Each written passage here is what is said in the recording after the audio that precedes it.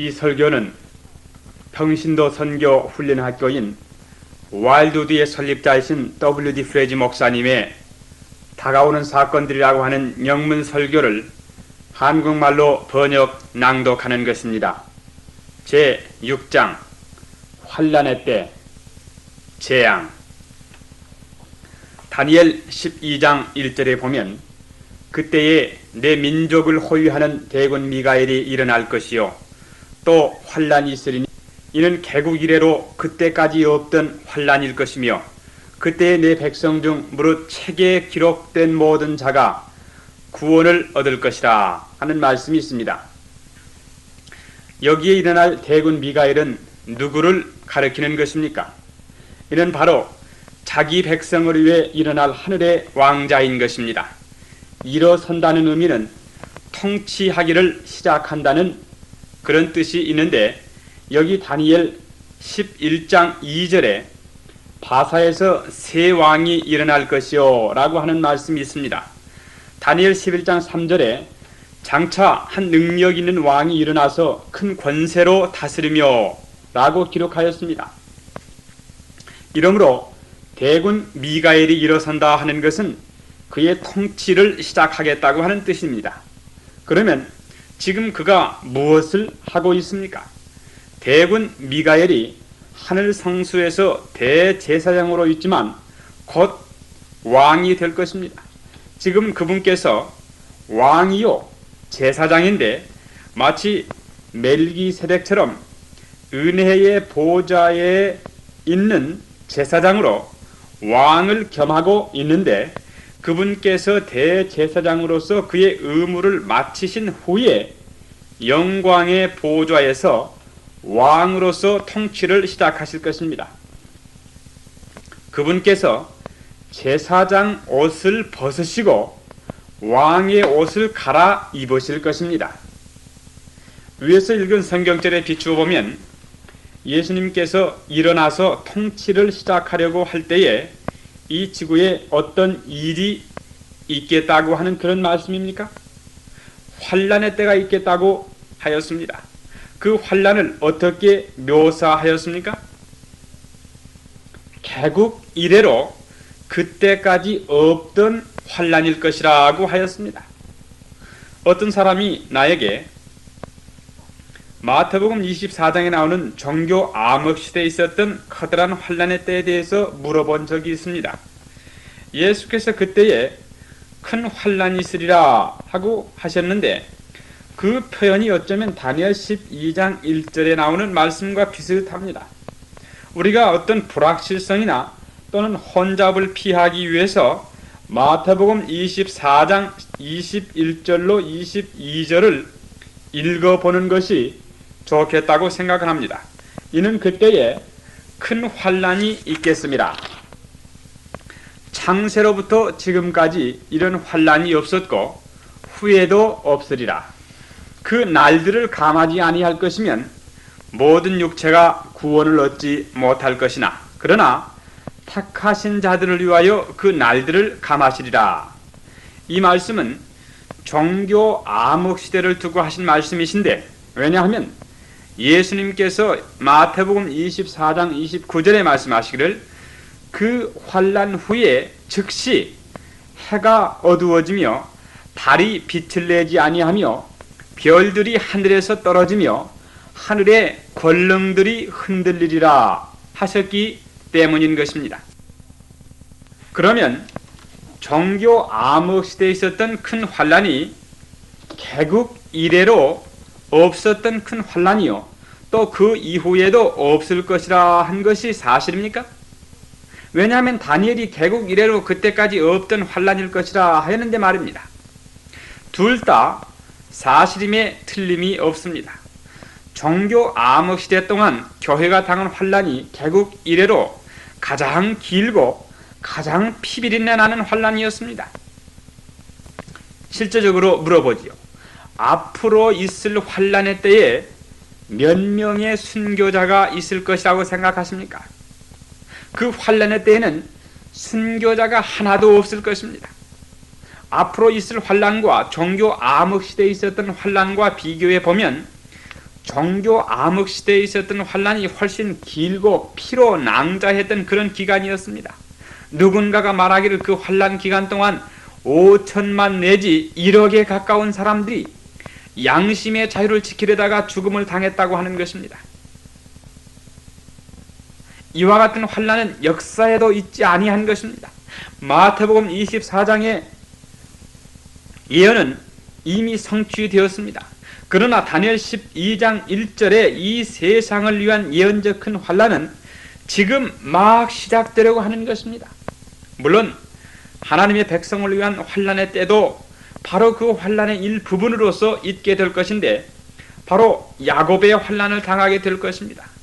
그런데 암흑 시대에 있었던 환란은 이 세상 사람들에게는 아무런 문제가 되지 아니하였지만 앞으로 있게 될 환란은 이 세상 사람들이 재앙을 받게 될 것이라는 것입니다.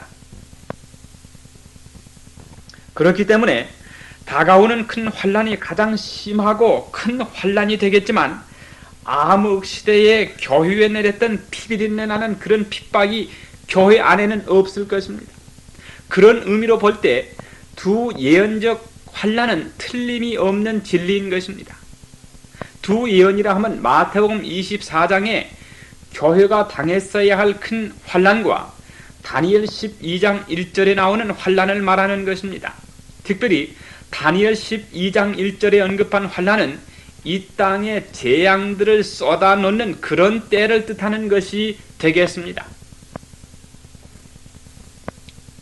위의 성경절을 뒷받침하는 다음에 기록된 예언의 신의 말씀을 잘 들으시기 바랍니다. 성경절 속에서 우리가 살펴본 바에 의해서 그의 확실한 뜻을 말해주고 있지만 예언의 신의 말씀을 통해서 좀 더 강조해 볼 마음이 있습니다. 대쟁투 영문 613페이지, 한글판 대쟁투 학원 467페이지에 그때에 내 민족을 호위하는 대군 미가엘이 일어날 것이요 또 환란이 있으리니 하고 다니엘 12장 1절의 말씀을 인용하며 그 다음 문단에 보면 셋째 천사의 기별이 마치는 때에는 다시 세상의 죄인을 위한 그리스도의 대언은 없을 것이다. 무엇이 맞춰진다고 하였습니까? 은혜의 시기가 맞춰진다고 했습니다. 곧 셋째 천사의 기별이 맞춰지게 되는 것입니다. 셋째 천사의 큰 외침이 그의 할 일을 다 하였다는 것입니다. 이 은혜의 시기가 끝이 나면 영혼들을 위한 구속 사업이 있지 아니하다는 것입니다. 다음에 어떤 일이 끝이 났는지 살펴보십시다. 하나님의 백성들은 저희들의 사업을 완성하였다.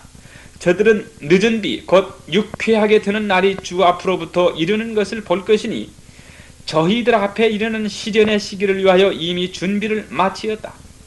늦은 비 성령이 이미 내렸다고 했는데 언제였습니까? 바로 은혜의 시기 끝이 이르기 전에 늦은 비가 있었다는 것입니다. 늦은 비가 바로 은혜의 시기 끝나기 전에 큰 외침의 기별이 주어질 때 늦은 비에 일을 했다는 말씀입니다. 우리가 이 문제에 대해 큰 외침에 대한 연구를 할 때 말씀을 드렸지만 다시 다음 시간에 늦은 비 성령에 대해서 따로 특별히 연구를 하도록 하겠습니다. 내가 목적하는 것은 사건의 순서대로 우리의 연구를 계속하고자 하는 것입니다.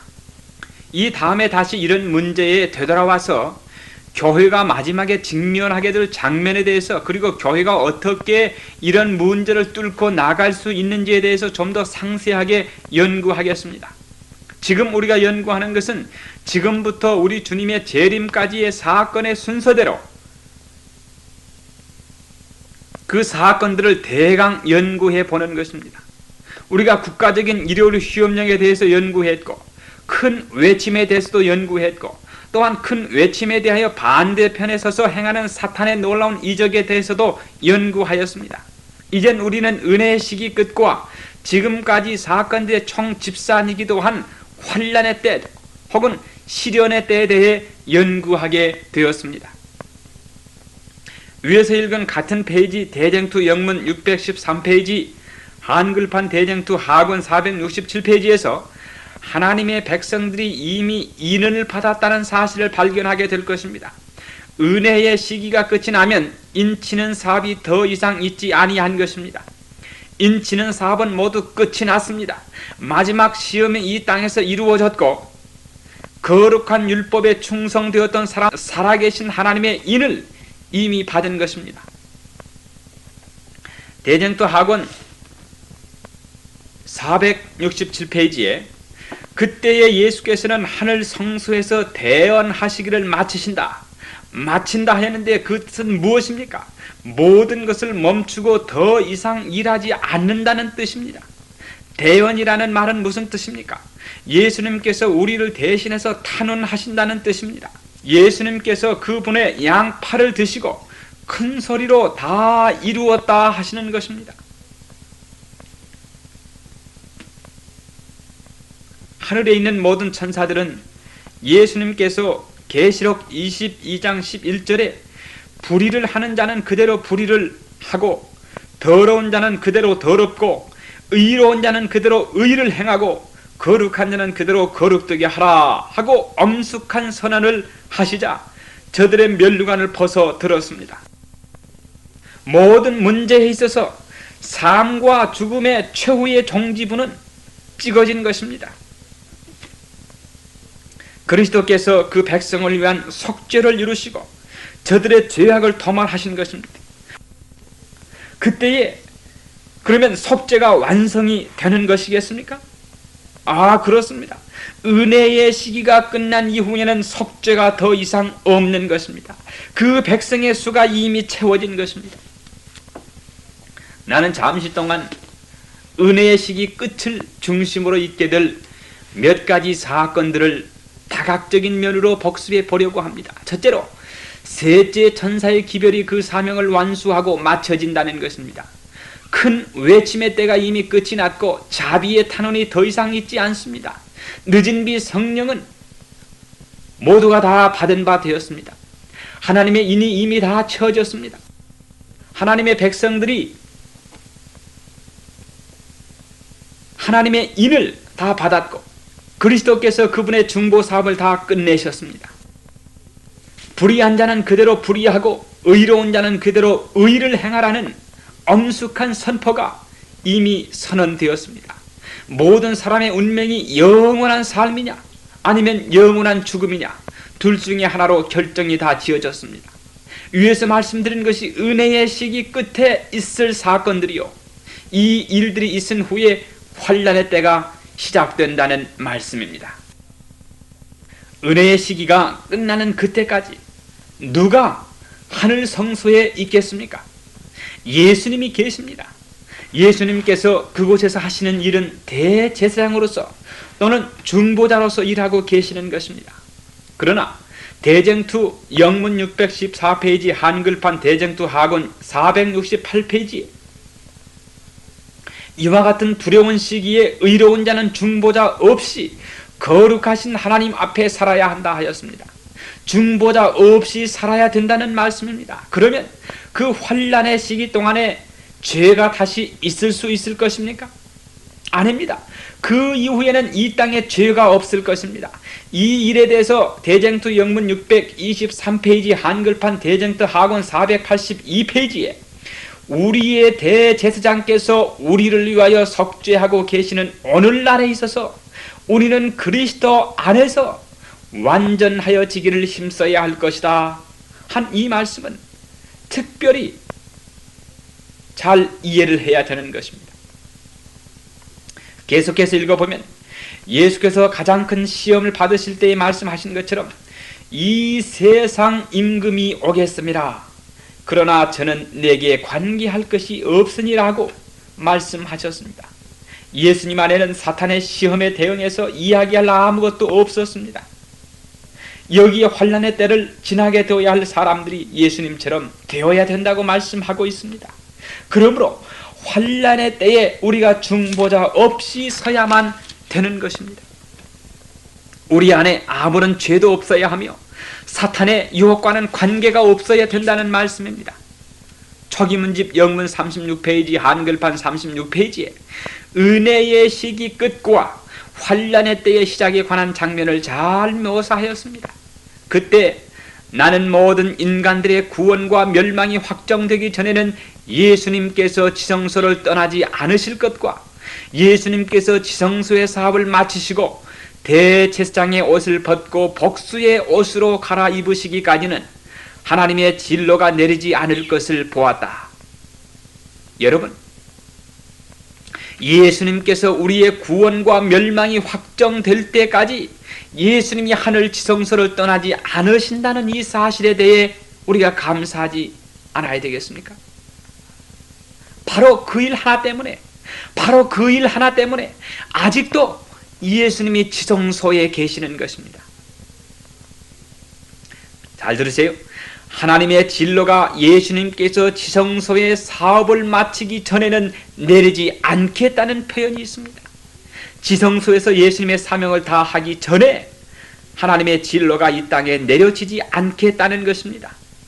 이 지구에 하나님의 진노가 내렸습니까? 아직 내리지 않았습니다. 이 세상은 앞으로 무슨 일이 닥치려는지에 대해서 아무것도 모르는 것입니다. 바로 이 문제에 대해서 셋째 천사의 기별이 이런 것들에 대해 이야기를 해주고 있습니다. 우리가 맨 처음 시간에 요한계시록 14장에 나오는 기초적이고 근본적인 문제를 연구했습니다. 첫째 천사가 계시록 14장 7절에 심판의 때가 이르렀다고 선포하지요. 이 성경들이 조사 심판이 1844년에 시작된다고 지적하고 있습니다. 그러나 이 성경절에는 하나님의 두려운 심판의 준비가 시작된다는 의미가 있습니다. 이 문제에 대해서 9절에 셋째 천사의 기별에 또 다른 천사 곧 셋째가 그 뒤를 따라 큰 음성으로 가로되 만일 누구든지 짐승과 그 우상에게 경배하고 이마에나 손에 표를 받으면 그도 어떻게 되겠다고요? 그도 하나님의 진노의 포도주를 마시리니 그 진노의 잔에 섞인 것이 없이 부은 포도주라. 10절. 섞인 것이 없다고 한 것은 자비가 그 안에 없다는 의미인 것입니다. 다시 말씀드리면 섞인 것이 없다는 것은 오직 순수한 것 하나뿐이라는 것입니다. 그 안에 다른 아무 것이 섞인 것이 없고 그것을 약하게 하거나 묻게 할 아무것도 없다는 것입니다. 이는 바로 순수한 섞인 것 없는 오직 하나님의 진노의 잔인데 이 땅에 쏟아진다는 것입니다. 섞인 것이 없는 하나님의 진노의 잔이 이 땅에 부어질 때에 가장 두렵게 하고 무서운 사건이 있게 될 터인데 두려운 심판이 있게 될 것입니다. 요한계시록 15장 1절에 의하면 하나님의 진노의 잔이 부어진다는 그 의미가 무엇입니까? 또 하늘에 크고 이상한 다른 이적을 보매 7 천사가 7 재앙을 가졌으니 곧 마지막 재앙이라. 하나님의 진노가 이것으로 마치리라. 위의 표현이 하나님의 진노가 어디에 담겨 있다고 하였습니까? 환란의 때에 7 대접 속에 있는 재앙들이 내리겠다고 하였습니다. 7이라고 하는 숫자는 성경에서 완전 숫자로서 마침을 의미하는 숫자로 많이 쓰여졌습니다. 이렇게 보면 이 7 재앙이 하나님의 진노의 마지막임을 뜻하는 것이 되겠습니다. 셋째 천사가 짐승이나 그의 우상에 경배하지 말라고 하였습니다. 그렇지 않으면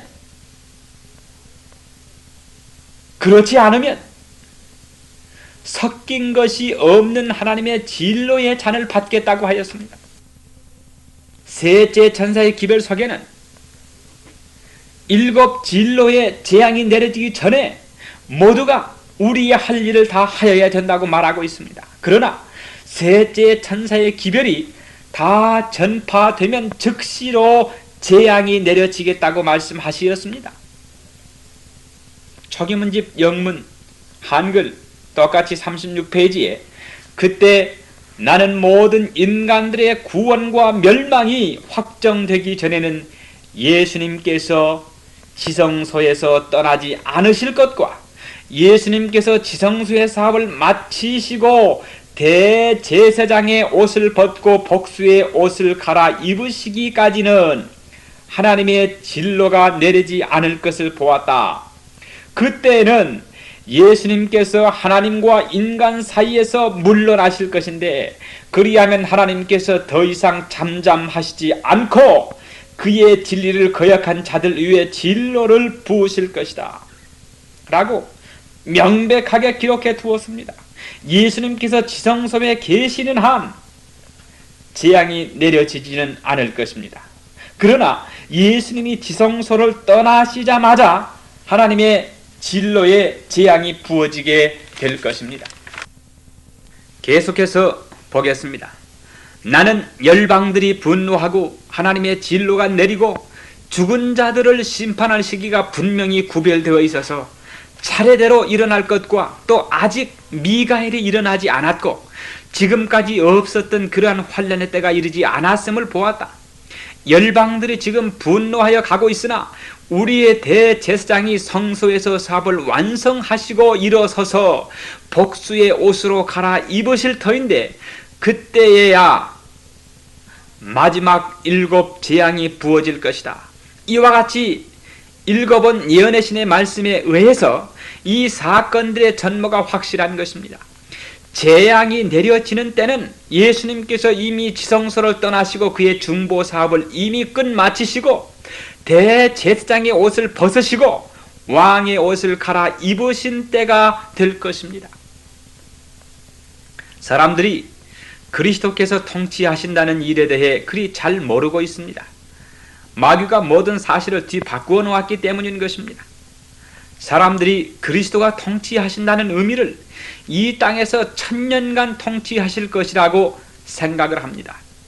예수님께서 이 땅으로 내려오실 것이고 모든 국가와 민족들이 점진적으로 그리스도에게 복종할 것이라는 것입니다. 왜 그렇게 생각합니까? 성경 가운데 시편 2편에 예수 그리스도께서 통치하시게 될 때 이 땅에 있는 왕국과 민족들에게 어떤 일이 있게 될 것인지 말씀을 하고 있기 때문입니다. 시편 2편 6절부터 보겠습니다. 내가 나의 왕을 내 거룩한 산 시온에 세웠다 하시리로다. 내가 영을 전하노라. 여호와께서 내게 이르시되 너는 내 아들이라. 오늘날 내가 너를 낳았도다. 내게 구하라. 내가 열방을 유업으로 주리니 내 소유가 땅끝까지 이르리로다. 내가 철장으로 저를 깨뜨리며 질그릇같이 부수리라 하시도다 하였고, 다니엘 2장에 나오는 영원히 견고히 설 우주적인 왕국을 돌로 비유하였는데, 바로 이 돌의 나라가 하나님의 왕국을 뜻한다면 이 세상에 있는 국가들이 어떻게 되겠습니까? 성경에 이 돌이 우상, 즉 이 세상의 모든 국가들을 부수어 가루로 만들겠다고 하였고 바람이 불어서 깨끗이 쓸어버리겠다고 하시었습니다. 이렇게 볼 때에 이 세상에서 이 세상 모든 민족이 그리스도를 영접하고 그리스도가 1000년간 통치하는 기간이 없겠다는 말씀이 되겠습니다.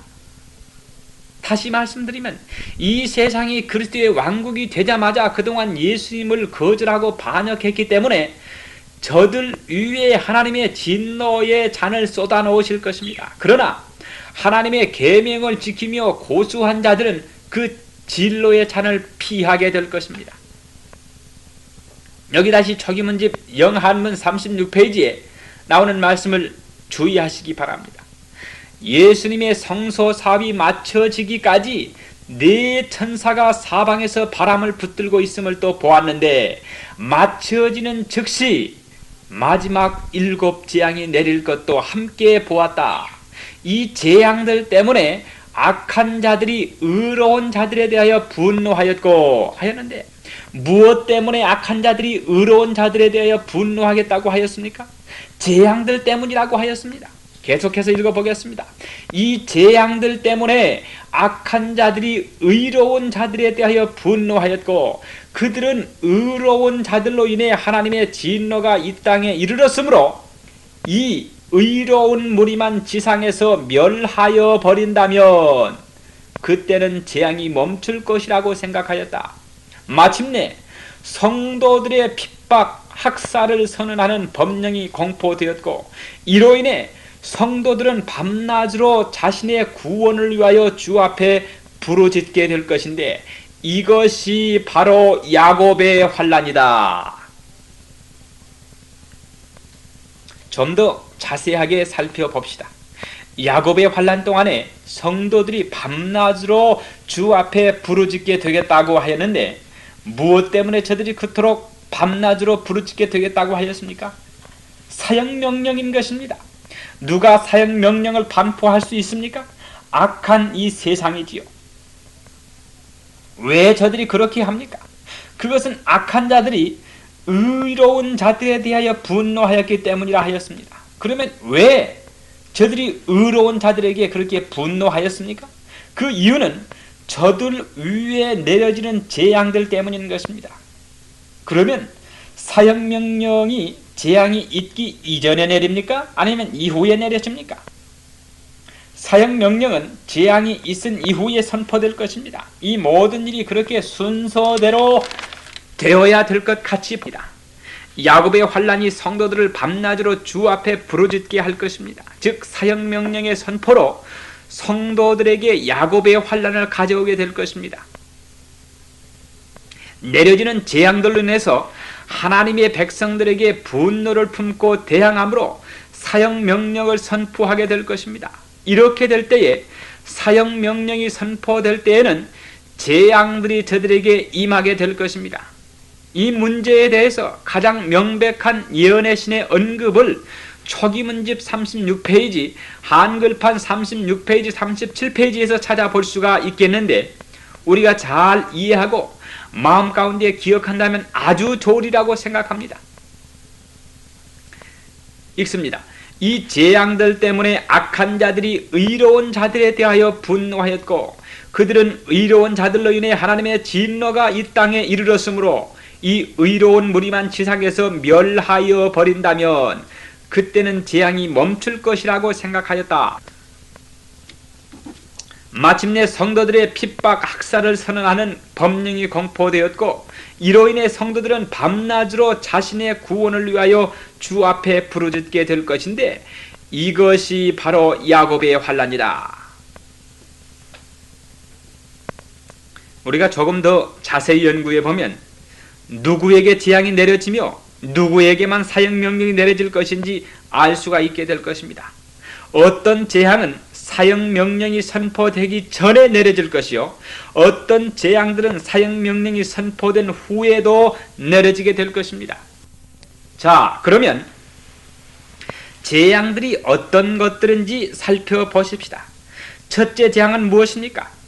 요한계시록 16장 2절에 첫째가 가서 그 대접을 땅에 쏟음에 악하고 독한 헌대가 짐승의 표를 받은 사람들과 그 우상에게 경배하는 자들에게 나더라 하였는데, 악하고 독한 헌대가 누구에게만 나겠다고 하였습니까? 짐승의 표를 받은 사람들과 그 우상에게 경배하는 자들에게 나더라고 하였습니다. 그러면 하나님의 백성들에게도 악하고 독한 헌대가 나겠습니까? 하나님의 백성들이 첫째 재앙을 받겠습니까? 왜 받지 않습니까? 하나님의 백성들은 저들이 짐승의 표를 받지 않았기 때문에 그 재앙이 저들에게 임할 수 없는 것입니다. 저들은 하나님의 인을 받았기 때문입니다. 예수님께서 에스겔의 계시 중에 살육하는 도구를 가진 자에게 말씀하시기를 표가 없는 모든 자를 죽이라고 하였습니다. 에스겔 9장입니다. 에스겔 9장에 나오는 표는 바로 구원의 표인 것입니다. 그러나 6절에 이마에 표 있는 자에게는 가까이 말라 하였기 때문에 하나님의 인을 받은 사람들은 악하고 독한 헌대가 나는 재앙을 받지 않겠지만, 악한 사람들은 이 재앙을 받을 것입니다. 그리고 3절에 둘째 재앙이 나옵니다. 바다가 곧 죽은 자의 피같이 되니 바다 가운데 모든 생물이 죽더라 하였는데, 여러분들이시여, 항구마다 해변가마다 어떤 일들이 생기겠는지 상상을 하실 수 있겠습니까? 여러분, 그때 이 세상의 형편이 어떻게 되겠습니까? 여기서 테이프 끝이 났습니다. 테이프를 바꾸시기를 바랍니다.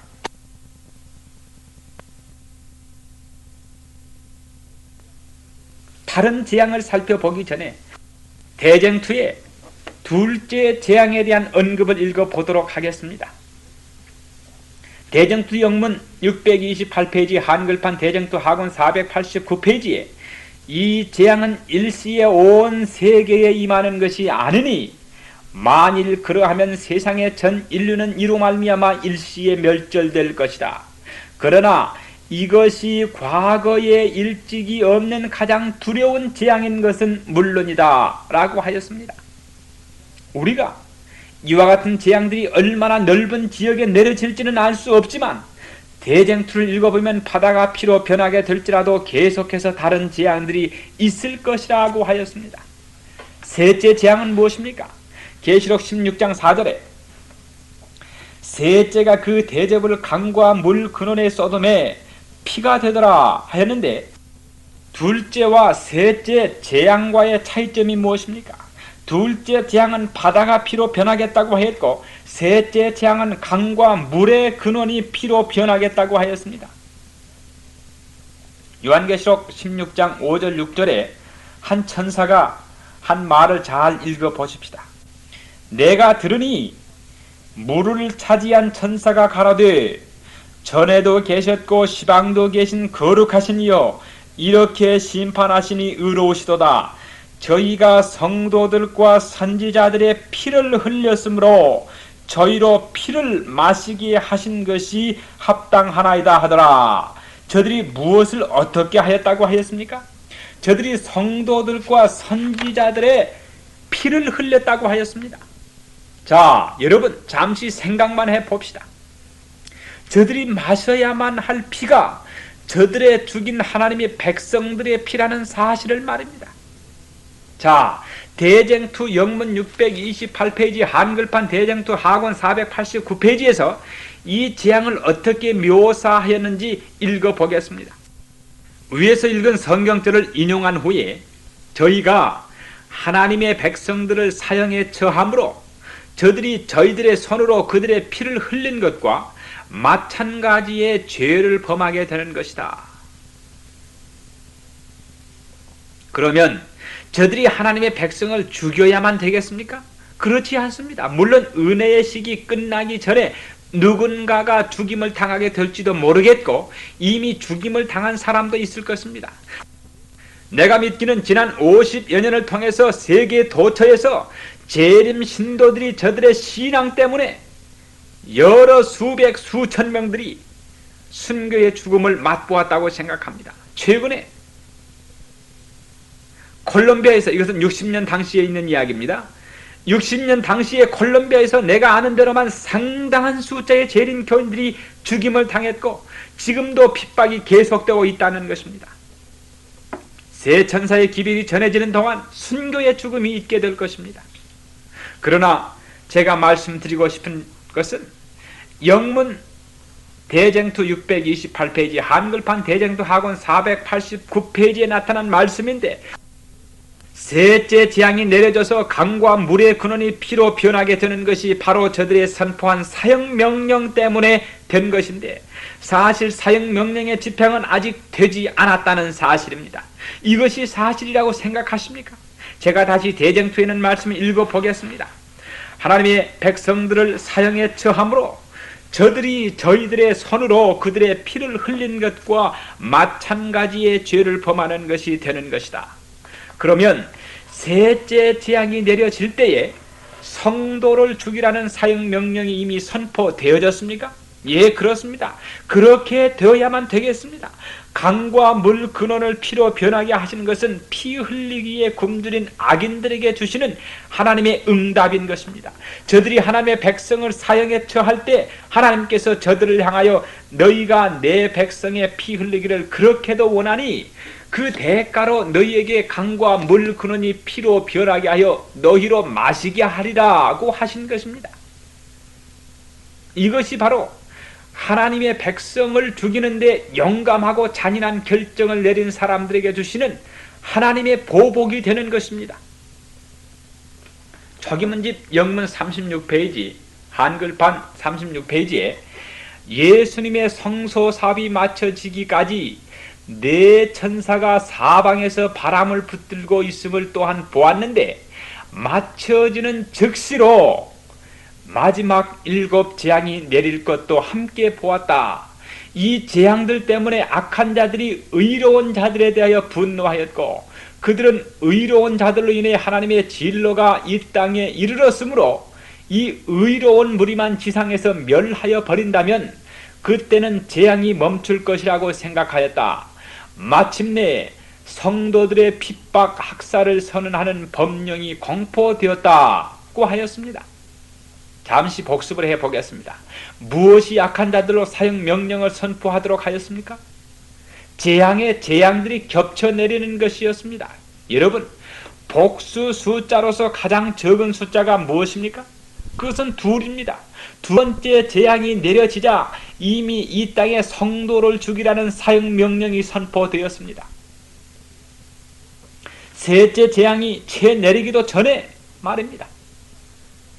혹 여러분 중에 저와 다른 어떤 결론을 내리신다 하여도 제가 어떤 다른 의견을 제시가 없겠습니다만 저로서는 다른 어떤 방법으로 연애신과 성경 말씀을 연관시켜 결론을 내릴 길이 없습니다.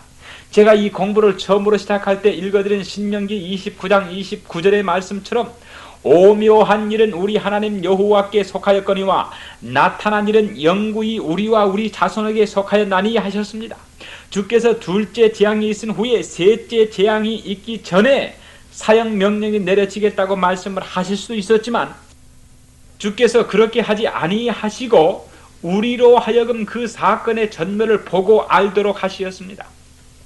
제가 지난 여러 해 동안 저의 경험을 통해서 여러 번 제가 어떤 문제에 대해서 연구를 마친 후에 각각 2개의 다른 참고절을 모아 4개로 생각하고 나면 또 얼마의 시간이 지나면 또 하나의 연애신의 참고 말씀이 발견되어 앞에 결론 지은 것을 조금 다르게 해놓는 것을 경험하곤 하였습니다. 그래서 연애신을 한데 모아 결론으로 이끄는 동안 솔직하게 말씀드리자면 오직 성경 말씀과 연애신을 그저 평범하게 읽음으로 얻어지는 그 결론이 확실한 것이라고 말씀드리고 싶습니다. 우리가 앞에서 읽은 연애신 구절을 마음에 두십시다. 재앙이 내려짐으로 사형 명령이 내려지고 하나님께서 저들이 내릴 사형 명령에 대한 보복으로 물 근원이 피로 변하는 재앙을 허락하셨다는 사실 말입니다. 넷째 재앙은 무엇이라고 기록이 되었습니까? 계시록 16장 8절에 넷째가 그 대접을 해에 쏟음에 해가 권세를 받아 불로 사람들을 태우니 하였습니다. 한 가지 생각해 볼 만한 일은 지난 수생에서 이 세상에 존재하던 각종 종교에서 한 가지 또는 다른 방법으로 태양을 경배해 왔다는 것입니다. 물론 우리가 잘 아는 대로 마지막 대쟁투에서 일요일이 배교의 표가 될 것이지요. 이번에는 하나님께서 태양을 이용해서 저들을 형벌하실 것입니다. 태양의 뜨거운 열로 사람들을 태울 것입니다. 그리고 계시록 16장 10절 다섯째가 그 대접을 짐승의 보좌에 쏟으니 곧 그 나라가 어두워지며 하였는데 이와 같은 암흑은 지구가 생긴 이래로 애굽에 내려진 암흑 이후에 있는 처음 암흑이 될 것입니다. 이제 우리는 계시록 16장 12절을 읽어보십시다. 여섯째가 그 대접을 큰 강 유브라데에 쏟음에 강물이 말라서 동방에서 오는 왕들의 길이 예비되었더라 하였는데 이 문제를 다음 어떤 시간에 연구하기로 하겠습니다. 재미있는 사실들이 많이 있습니다. 제가 강조하고 싶은 것은 재앙이 큰 강 유브라데에 내려지니 그 물이 마르더라 하는 이 말씀입니다. 이 말씀에 연관된 13, 14절의 말씀에 개구리 같은 새 더러운 영이 용의 입과 짐승의 입과 거짓 천사 입에서 나오니 저희는 귀신의 영이라 이적을 행하여 천하 임금들에게 가서 하나님 곧 전능하신 이의 큰 날에 전쟁을 위하여 그들을 모으더라 하였습니다. 이 말씀에 의하면 우리 앞에 마지막 절정을 이룰 어떤 전쟁이 있을 것이라고 하였습니까? 그렇습니까? 예, 그렇습니다. 아주 커다란 전쟁이 우리 앞에 있는 것입니다. 이 전쟁이 어떤 것인지를 제가 여러분과 같이 살펴보고자 하는 것입니다. 환란의 때에 한 전쟁이 있게 될 것입니다. 큰 외침이 전파되는 기간 동안 한 전쟁이 있을 것입니다. 그러나 여기에 여섯째 재앙이 내려지는 때에 사탄이 사람들을 자기 권세 밑에 불러 모아 연합하여 전능하신 하나님과 더불어 싸우려고 한다는 것을 알아야 되겠습니다. 그때 사단이가 귀신을 통해서 기적들을 행하겠다고 하였습니다. 바로 그렇게 늦게까지 지구의 마지막 경점에서도 가장 놀랄만한 이적을 행하겠다는 말씀입니다. 여러분이 각시대의 대쟁투 영문 613페이지, 한글판 대쟁투 학원 467페이지에 환란의 때라고 하는 장을 읽을 때에 사단이 그리스도처럼 등장하겠다는 사실을 아시게 될 것입니다. 그 장을 읽어보면 위에서 읽은 성경절이 인용되어 있는 것도 발견하시게 될 것입니다. 각시대 대쟁투 영문 624페이지, 한글판 대쟁투 학원 483페이지에 미국의 하늘에는 무서운 초자연적인 광경이 이적을 행하는 사탄의 표호로 나타날 것이다. 이 표호라고 하는 말은 표적과 기호입니다. 신호 혹은 기호. 악마의 영은 땅의 임금들과 온 세상 사람들에게로 나가서 저들을 속임수로 얽어매고자 할 것이요, 또한 하늘 정부를 대적하는 저희들의 최후의 쟁투에 있어서 사탄의 편에 가담하기를 저들에게 강요할 것이다. 제가 잠깐 첨가해서 말씀드리고 싶은 것은, 제가 조금 전에 말씀드린 전쟁에 관한 문제에 대해 시간을 보낼 필요가 없는 것은, 내가 성경과 연애신에서 일본과 어떤 나라가 전쟁을 하겠고 미국이 유럽과 전쟁을 하겠다고 기록한 것을 찾아볼 수가 없기 때문인 것입니다. 성경이나 연애신은 어느 지점이나 어느 나라가 전쟁을 하겠다고 말하지 않습니다. 내가 이런 의심을 품을 여지도 없는 것입니다. 그러나 제가 꼭 말씀드리고 싶은 것은 조금 전에 읽었던 연애신이 어떻게 적용될 것인지에 대한 것입니다.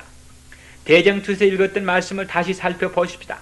악마의 영은 땅의 임금들과 온 세상 사람들에게로 나아가서 저들을 속임수로 얽어매고자 할 것이요, 또한 하늘 정부를 대적하는 저희들의 최후의 쟁투에 있어서 사탄의 편에 가담하기를 저들에게 강요할 것이다 하였습니다.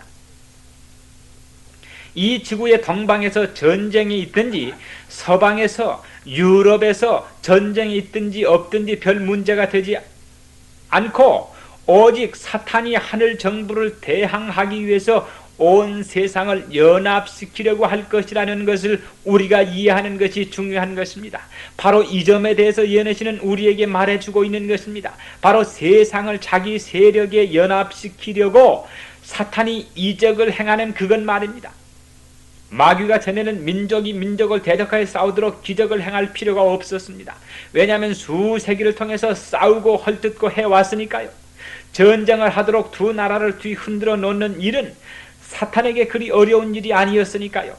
사탄이 하늘에서 불을 내려오게 해서 민족이 민족으로 더불어 전쟁을 하도록 할 필요가 없었습니다. 그럴 필요가 있었으며 그렇게 한 적이 있었습니까?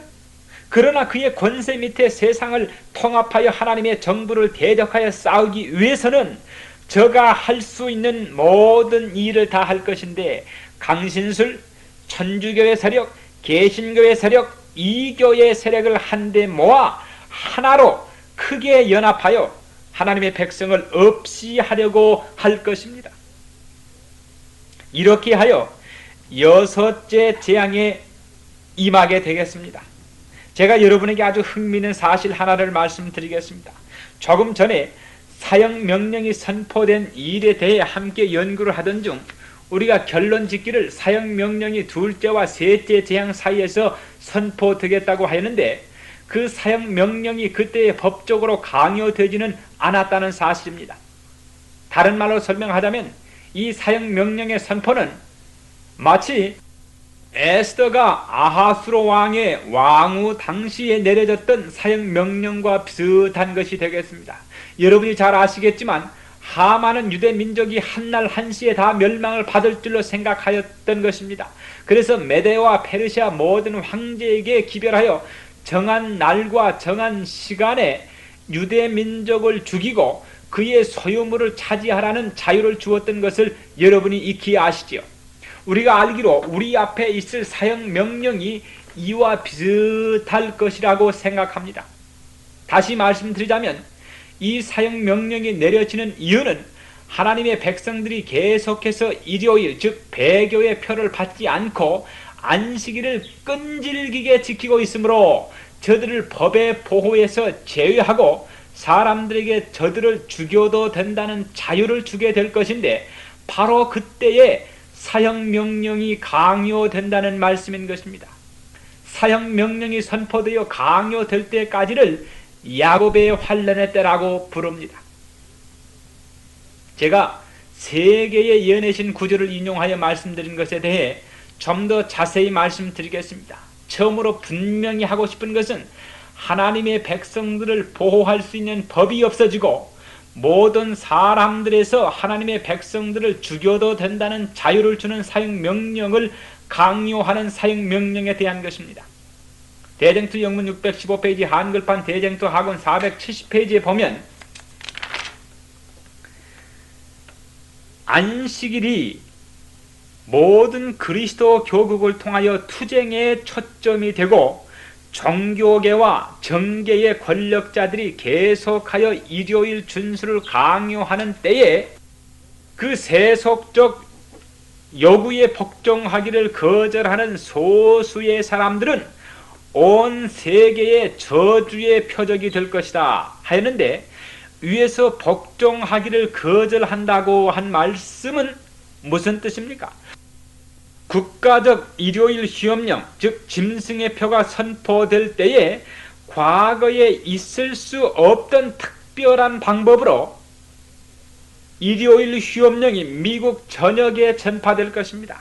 미국이 국가적 일요일 휴업령을 선포함으로 미국의 운명을 결정할 것인데 미국이 그렇게 하고야 말 것입니다. 큰 외침이 주어지는 기간 동안 투쟁은 계속될 것입니다. 바로 이때에 재앙이 내려지기 시작하겠습니다. 악한 사람들은 말하기를 우리에게 재앙이 임하는 것은 안식일을 지키며 전하는 무리가 있기 때문이라고 하여 단 한 가지 길은 저들을 없애버리는 길뿐이 없다고 할 것입니다. 읽어보자면 강경한 정책이 행하여질 것이요 최후에는 안식일에 관한 넷째 계명을 준수하는 사람들을 향하여 일종의 법령이 반포될 것이다.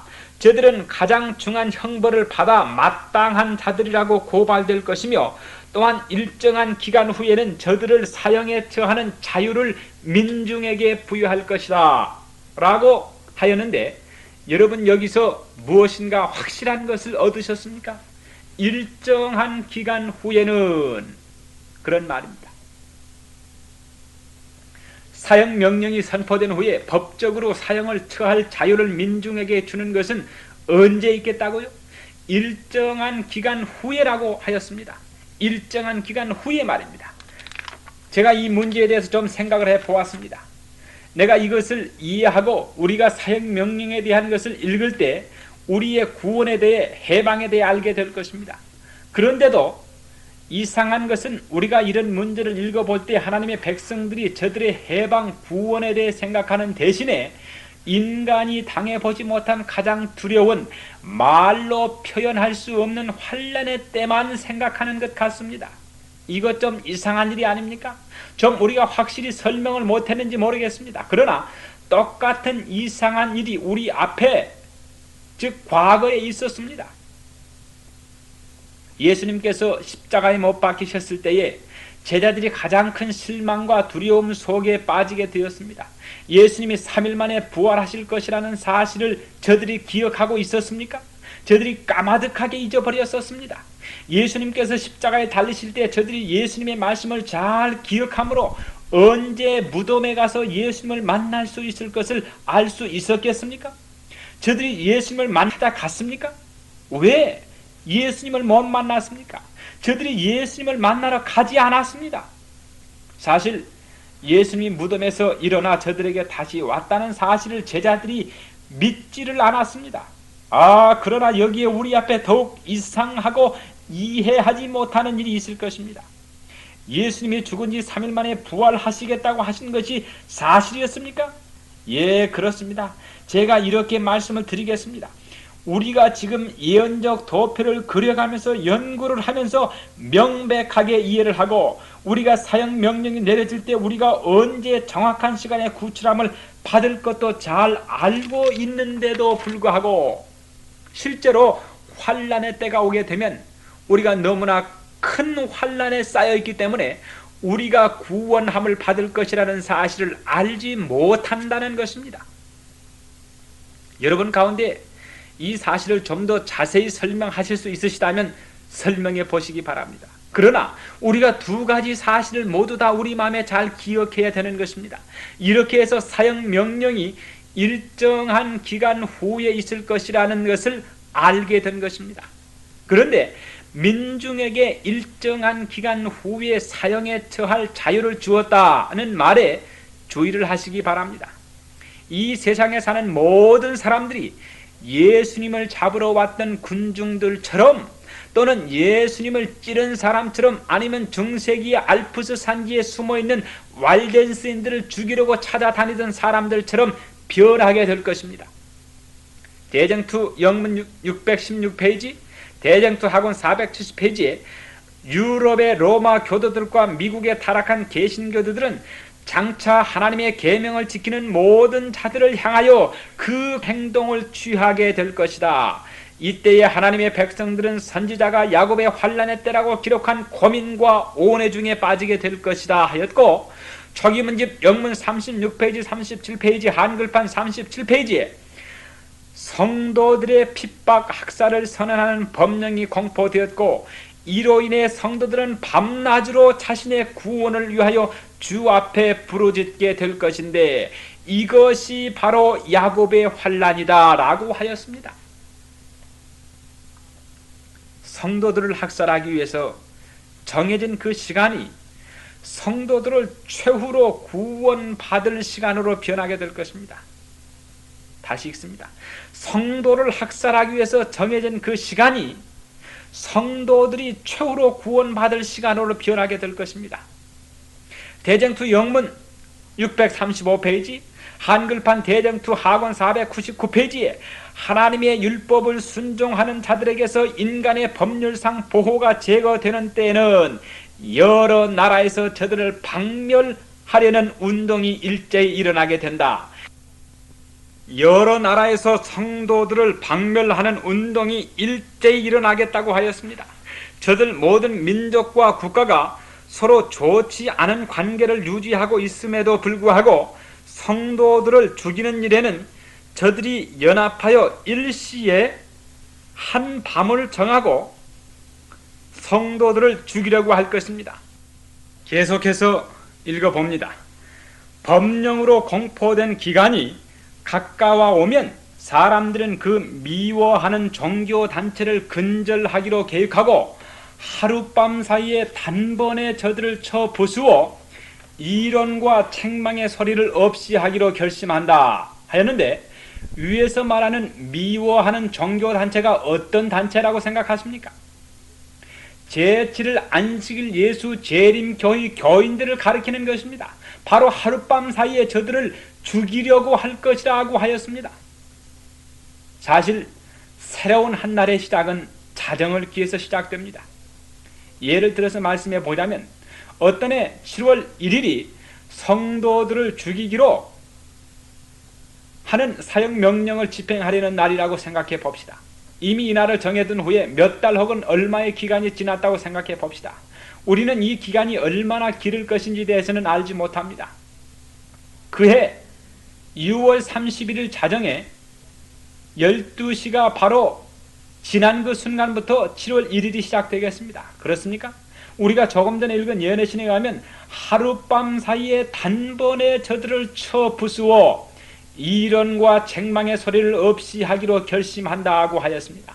제가 바라기는 여러분들이 그때의 악한 사람들이 성도들을 죽이는데 그 자정까지를 채 기다리지 못하고 미친 사람처럼 조급해할 것이라는 사실을 아시기 바랍니다. 저들이 밤이 새어 동이 트기 전에 저들이 하고자 하는 일, 성도들을 죽여 없애버리는 일을 다 해치워 버리려고 할 것입니다. 계속해서 읽어보겠습니다. 이때에 하나님의 백성들은 혹은 옥중에 있고 혹은 산림이나 산중에 적막한 곳에 피하여 있어서 여전히 하나님의 보호를 간구하는 동시에 각처에서는 무장한 무리들이 악한 천사의 군대에게 충동을 받아 살해할 준비를 분주히 한다. 이스라엘의 하나님께서 그 택하신 백성을 구원하시려고 일어나실 때는 바로 이 위기일발의 시간인 것이다. 여러분, 이 사실을 생각해 보시고 자주 이야기하십시다. 이 극적인 이야기를 전하십시다. 과거 성경 역사와 앞으로 있을 장래사를 연구하면 할수록 지금 각 극장이나 연극장에서 상연되는 또는 공연되는 영화나 연극은 장차 있을 마지막 사탄과 예수님 사이에 있을 연극의 절정에 비교하면 형편없이 시시한 것들이라는 사실을 확신하게 됩니다. 또한 이것은 실제로 있을 연극이라는 것입니다. 생각을 좀 해보십시다. 여러분 그 장면을 상상하실 수 있겠습니까? 이것은 연극장에서 일어날 것도 아니고 배우도 없습니다. 저희들이 낭독할 대사도 없습니다. 이것은 실제로 있을 것들입니다. 이때에 하나님의 백성들은 저들의 마음을 다하여 하나님께 메어 달리면서 가장 진지하게 열렬하게 저들의 삶과 죽음에 임박한 문제를 하나님께 탄원할 것입니다. 이 가장 두려운 공포의 시간에 저들이 하나님께 탄원하여 호소할 것입니다. 여러분께서 이 기사를 대쟁투 하곤 환란에 따라는 장에서 자세히 읽으실 수 있으실 것입니다. 저들이 생각하고 염려하는 것은 저들이 죽을 것이라는 것이 아닙니다. 이기심이 없이 모든 것은 다 바친 저들이 곧 다가오는 죽음을 두려워하는 것이 아니고 오히려 성도들은 하나님의 이름을 어떻게 부인하지 않고 끝까지 충절을 지키느냐 하는 것입니다. 저들은 저들 편에 어떤 부족이나 실수 때문에 하나님께서 원하시는 대로 저들을 보호하지 않을까 두려워하는 것입니다. 저들은 하나님의 이름만을 영화롭게 하기 위해서 기도하는 것입니다. 저들은 하나님의 이름이 손상되지 않게 하기 위해서 하나님께 메어 달리고 있는 것입니다. 저들은 1초 1각을 아끼면서 하나님께 저들의 탄원을 계속하고 있는 것입니다. 잠시 생각을 좀 해봅시다. 날이 점점 어두워질수록 시계는 자정을 향해 쉬지 않고 움직이고 있는 사실을 상상해 보십시다. 성도들은 시계가 자정을 알리는 마지막 시계 종소리를 내면, 다시 말씀드립니다.